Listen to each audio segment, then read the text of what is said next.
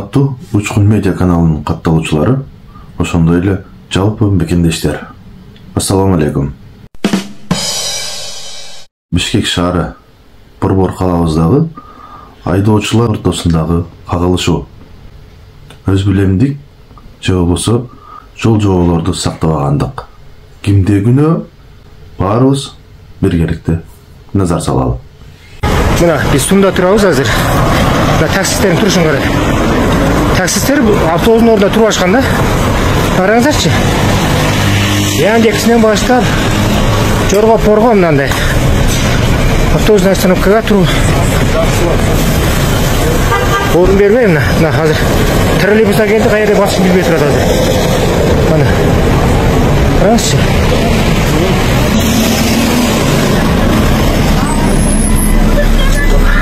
Azıcık atakta elbadınız ha, taksistlerim meşet edip.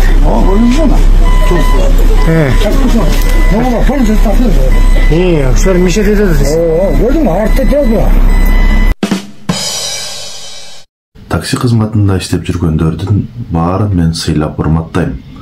Анткени алардын тапкан адал эмгек болуп эсептелет. Бирок ошол эле учурда жол тартиби деген маселеге абдан көңүл буруш керек.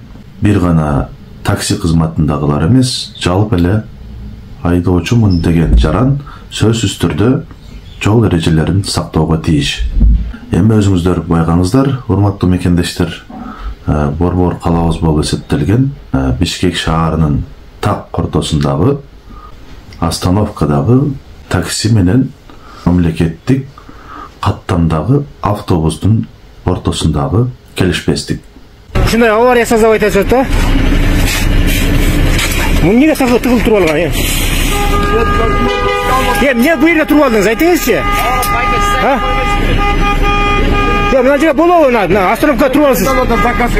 Клиентти аяктан алат. Заказ алатпайм мен. Сиз заказ алсаңыз, остановкадан ары жайынан алыңыз. Сизге эмне бул жер Сумдун жанында клиент ала турган жер бекен? Мен заказ алып кууганда. Заказ алып жактан алыңыз, мен остановканын аягынан. Башына келип албай. Каянан алайын. Мына караңыздар дейм, мына гана. Эмне деген акмакчылык. Siz ayda koysanız baytan, avtobus ayda oldu. Mına taksiz gelip turup, priyana gelip turup, avtobus süzüp aldı da. Uşu hangi olsun? Aytыңыздар, uşu taksislerдің şunday kılgan turabı? Tura emes. Tutun, eyden de tartып olayın. Hadi nomerini gösterçi mi? Nomeri 095 eken adam. Şu hangi olsun?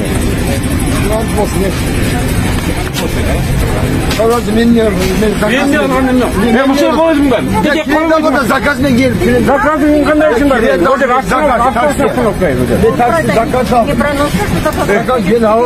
Zakaz alsаңар четтен алынады да, bu yerden остановкадан албай. Бул жерге таксистер турганга болбойт, таксистер турганга болбойт. Taksiden klient aldı, zakaz mı geldi? Mına klient zakaz mı geldi? Oynayıp geldim mi? Aynı oysun burada gözü. Aynı oysun.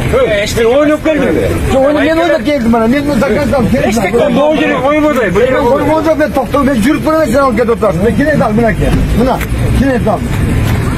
Klienti bir yerden almanız. Остановкадан арт жағынан алыңыз. Sen bir yere tutsan ben şehirge alan mı? Ya bu yer остановка deyip, avtobus toxtay turgan yer bu yer. Avtobusu ben остановкадан алып атам. Bana da vur, palovjda. Qayerda palovjda sizga? Zakazmen geldim. Ko'rsatыңызchi ошол пара. У них госмашина. Ты же нарушил.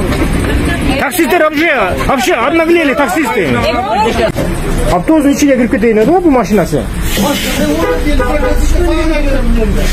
Кандай дейсиз ушун? Булгандары туура эмес да, туура? Bunun işte конечно men bu yer жок болчу, айдабейди булчу. Мен карап келаткам да, айдабейди да булчу. Көрдүк да, айдап жиберди азыр жака. Мен астыма кире калам депчи. Аны клиент алам деп. Мына урматтуу мекендештер, мына ушундай болуп атат. Мына МАИ кызматкерлери, ГАИ кызматкерлери эмне эшик такалап отуруп, ушуга окшогондорду штраф айдатып караш керек. Бирок туугандар сөзсүз түрдө жол эрежелерин сакташ керек. Кооптуу окуялар болбош үчүн сөзсүз түрдө тийиштүү органдар чара көрүш керек. МАИ кызматкерлери, ГАИ кызматкерлери эмнени карап отурасыңар? Жогоруда айтып өткөндөй. Иш жүргүзүп, эрежелерди так сактабагандарга чара көрүп, мыйзамдын чегинде кол чойгон айып пулдарды салсаңар, ошондо ушундай жагымсыз иштерге бөгөт коюлат. Силердин ишиңер чийки болгон үчүн Бишкектин так ортосунда ушундай. Албетте мунун баары эч ким атайын жасабайт. Бул да болсо Кудайдын буйругу, кырсык деп коет. Бирок ар бир айдоочу сөзсүз түрдө сак болууга тийиш. Ошондуктан бизде Кыргызстанда дээрлиги эмне үчүн ушул маселеге көңүл кош карап келет.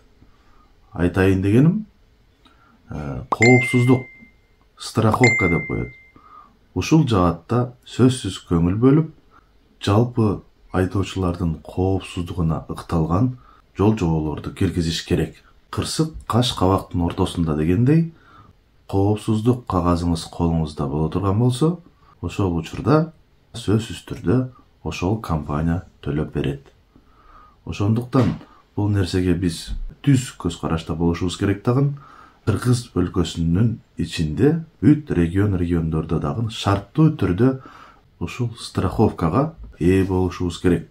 Мисалы өзүңүздөр көрдүңүздөр, жаңы эле автобус менен такси кызматында иштеген кыргыз жаранын ортосундагы жагымсыз окуя. Бул жерде кимге пайда, кимге зыян? Такси кызматында иштеген мекендешибиз толук түрдө күнөөлүү болуп эсептелет. Анткени ал жол эрежелерин бузду. Мен клиентимди ушул жерден алдым, же болбосо ушул жерге ташташым керек эле дегенден мурда кайсы жерге токтоого жол эрежелери уруксат берет, кайсы жерге уруксат бербейт. Ошол жагын сөзсүз түрдө эске алышыбыз керек. Мына ошондо биз эч качан жагымсыз окуяларга туш болбойбуз да, өзүбүзгө сак болобуз. Ошол такси кызматында иштеген жаран биздин мекендешибиз толук түрдө күнөөлүү болгонуна байланыштуу өзүнүн автоунаасын толук түрдө өзү кайра калыбына келтирүүсү керек. Менимче ал кишинин страховкасы жок болсо керек. Ошондой учурда страховкасы бар боло турган болсо, ошол компания толук түрдө автоунаасын өз калыбына келтирип берет эле. Ушул жагдайларды эске алуу менен биздин мамлекетте дагы коопсуздук деген маселеге көңүл бурушубуз керек.